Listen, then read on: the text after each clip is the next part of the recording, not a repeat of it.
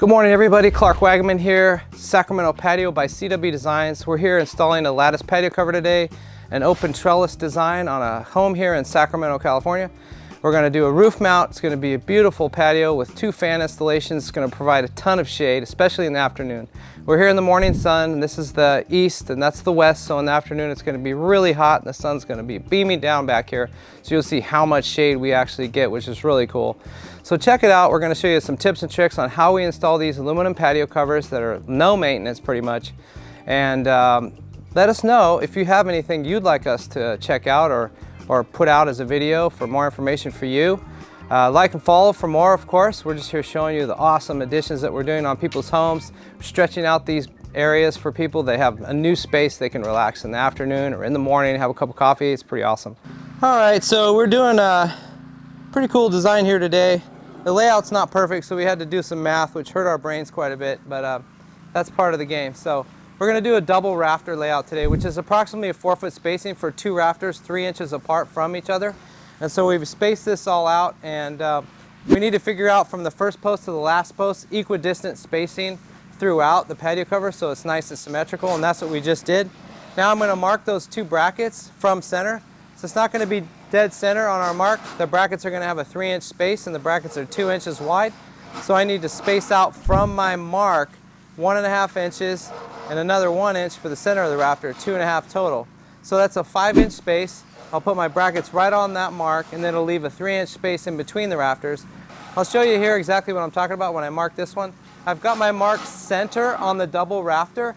In other words, that's in the middle of the double rafters. I need to now mark where my rafter brackets go for those double rafters. That's what I was getting at here. So I'm going to hold my speed square on the 3-inch mark of the center, and I'm going to move over 2.5 right and 2.5 left, and that's where I'm going to center my brackets. So I'll go 2.5 this way, 2.5 this way, and now I'll put 2 more marks, 1, 2, and my brackets will go on those marks. This is my center 3-inch space between the rafters and the brackets. You'll see what it looks like when we're done. It's pretty sweet. It's a nice design. Okay guys, we're gonna mark our ledgers off of our beam to make it easier. Rather than measure everything twice, once you have the beam laid out, which we have our beam rafter laid out, we're gonna install our posts, I didn't mention, 1 foot in on either side of a 24-foot beam, and then we spaced all the rafters out about 4 feet apart. They ended up being wider than 4 feet, but equidistant from the first foot to the 23rd foot on a 24-foot beam with a 1 foot overhang on both sides, a little over 4 foot between the rafters all the way through symmetrically. And now we're laying the ledgers. There's a split ledger design, 2 different length rafters. You'll see as after we start to build this and frame it up. One of the ledgers is laid on top of the beam, and then he can mark the rafter marks from the beam to the ledger, just transpose it from one to the other rather than remeasure everything. It makes it way easier. Okay, we're going to show you again how to do the bracket install. It's super easy. We have steel inserts on this patio cover to make the post a little stronger. So we've already sleeved the cloverleaf steel post into the embossed wrapping, and we'll show you the cloverleaf steel here in just a second. But this is the bracket that's installed on the steel post. They've already sleeved and slid this into the steel posts, okay, and then drilled their hole for their 3/8 inch lags in through the bracket here. And you can get a shot from the top here showing, we'll show the 4 screws that go in to hold the bracket in place right here on both sides, so one side and the other side. And so our posts are all prepped to be installed once we start framing.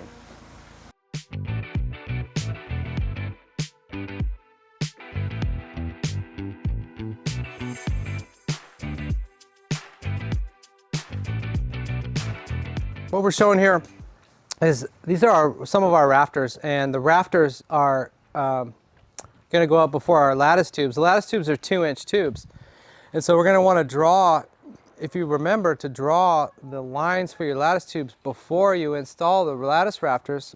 Then the lines are already there. You'd rather do this on the ground than up on a ladder and prevent getting up and down the ladder a bunch of times. So we'll do that down here. We've already lined these rafters every 4 inches for a 2-inch space on a 2-inch tube for 50% shade. So we'll run our tape measure, we'll mark every 4 inches all the way down the rafter, and then we'll take a speed square and line that up to the mark, and then we can run lines across multiple rafters on each mark.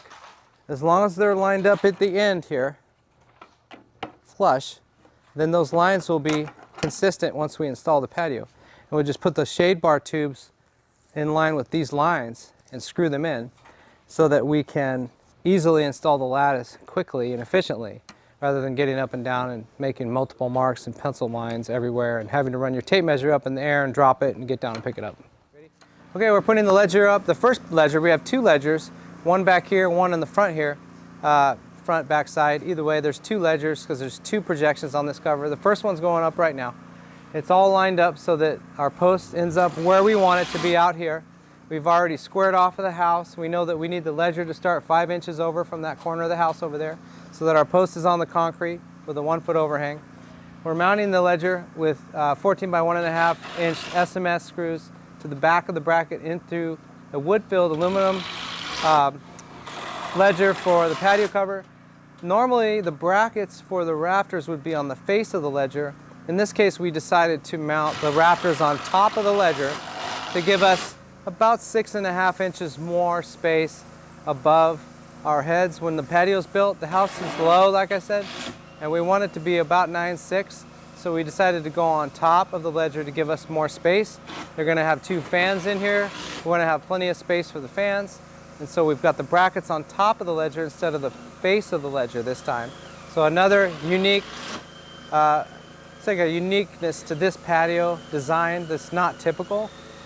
But there's so many ways you can do this, really. Once you get to know all the parts, you can design anything you want to fit just about any situation and make it just blend in really nicely. Okay, we got our first post cut and leveled. What we did is we snapped a level line from the installed ledger perpendicular to the first post.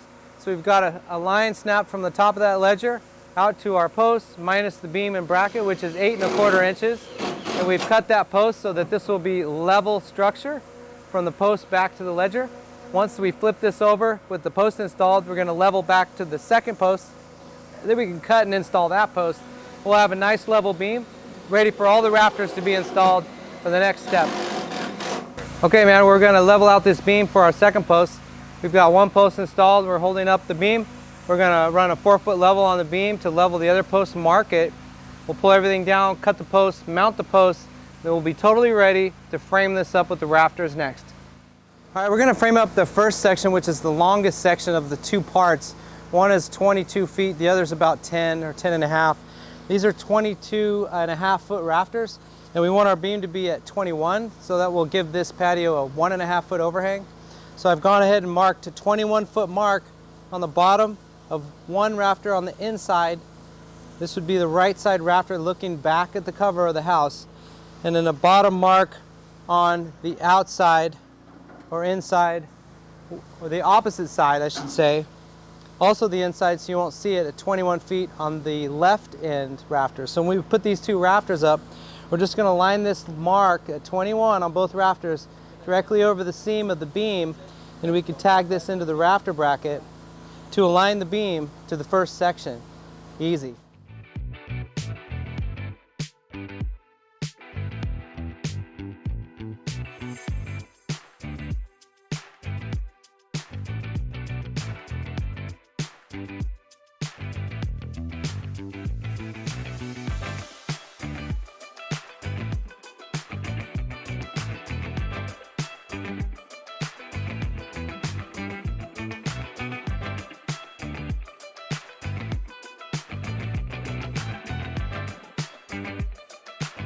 All right, gang, so we've got us all framed up today. Our structure's ready to go. We're gonna call it a day.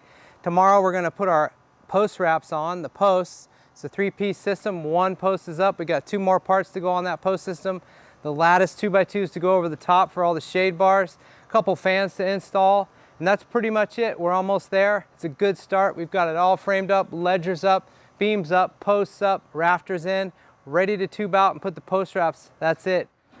Okay, we're getting ready to install a few of our lattice tubes, or start installing the lattice on the top of the patio cover. We've already got the 4-inch lines on the rafters that we talked about. These are 2-inch tubes.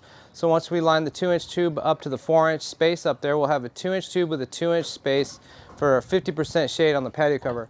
I already measured the distance from the edge of the left edge of the ledger where I want to distance this lattice from. I'm going to take a measurement from the edge of the ledger to the first rafter so I can line these tubes up to the patio cover. I measured it at 9.5 inches, so I'm going to put a mark on this tube. And this is how we mark the tube so you don't see it after you install it. We're going to line this up to the center of the rafter on top, and there's a seam up there, so I'm going to line the mark up to a seam. And again, when you look up there, you won't see these little pencil marks. Very specific way to do this. I'm going to put some tubes in front of myself. You can do it up on top of your patio cover or here on the sawhorses. I've only got 2. You can do as many as you like. The first thing I do is I'll take the tubes I want to mark and I'll rotate them seam up. And then as I'm facing, the direction I'm facing is the same direction as if you were facing the house, and you're going to mount this on top of the lattice patio. So this is as if you're facing the house that the patio is attached to. I'm going to rotate these one time after seam up. Okay, I've rotated them once. Now I'm going to run my tape measure out and I'm going to mark 9.5 inches on the bottom edge that I'm now facing after rolling these once away from myself after seam up. So seam up, one turn away, and the mark goes about a 1/4 inch mark on the bottom edge of the tube as I'm facing it, 9.5 inches. Those 2 are marked. I'm ready to start installing these lattice tubes. If I wanted to put them all up, I would mark multiple lattice tubes at the same time and go ahead and start that.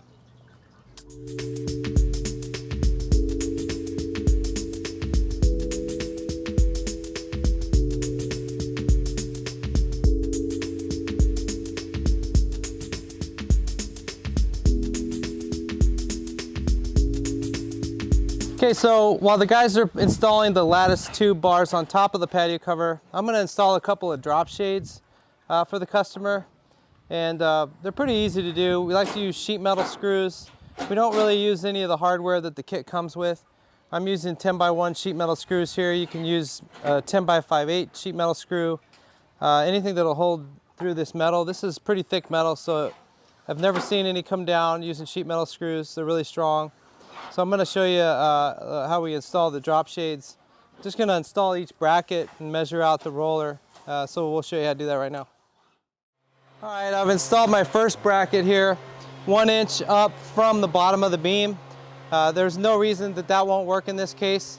Depending on your situation, you may need to align this bracket somewhere else. In this case, we have the full beam to work with. I've just left 1 inch at the bottom of the beam so that when we retract the shade, the bottom bar of the shade will be hidden right here at the bottom of the beam. It's not too high, so they'll get full shade when they roll it down to the ground. So again, 1 inch from the bottom of the beam, and then I've installed it 2.5 inches from the side of the post because we haven't installed our post wraps yet. And our post wrap will stick out not quite 2 inches from this post, so I'm leaving about a 1/2 inch reveal from the outside edge of this bracket to the edge of our post wrap, which you'll see when we finish. Okay, so I'm not following the directions that came with the roller shade because we're installing this on an aluminum patio cover. All I do is I always just go ahead and measure the length of the shade from tube to tube end, and in this case it's a 10-foot shade. It comes out to about 10.25 plus. So I'm going to space these inside the brackets are out from inside to inside a little over 10.25 inch, and it should fit nice and snug. All right, so now I have my brackets installed. I'm just going to slide one end of the shade in, and then the other end pops in on the male end. Very easy. If you've measured it right, it snaps right in.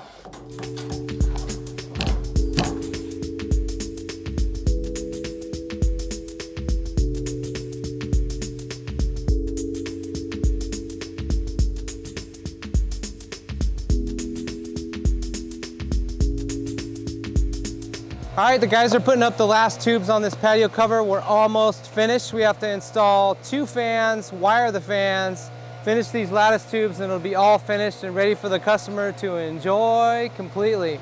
This thing is beautiful. Reach out to us with any questions that you might have.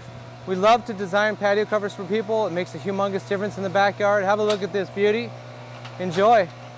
Okay guys, we're all done here. We're wrapped it up. We've got a beautiful lattice patio cover, single beam, double rafter, 2 fans, roof mounted, 2 beams. We hung some shades on it today. It looks awesome. It's providing a beautiful shade space out here. It expands their living area. And man, this is such a huge difference. We've got tables and chairs, reclining sofas. We can relax out here. Lots of space now that they can hang out and relax. This is beautiful. This is a nice install. If you have any questions about any of our installations, let us know, or comments. We'd like to go over things that you would be interested in seeing. We covered how we installed this, how we laid out the beam, how we built the post kits. So any little details that we're not covering, let us know so we can cover those for you. We want to show you how to build these. We want to help you out, so let us know. Clark Wagaman, Sacramento Patio by CW Designs. We're out here in California, but we can help you just about anywhere, so let us know. Thanks so much.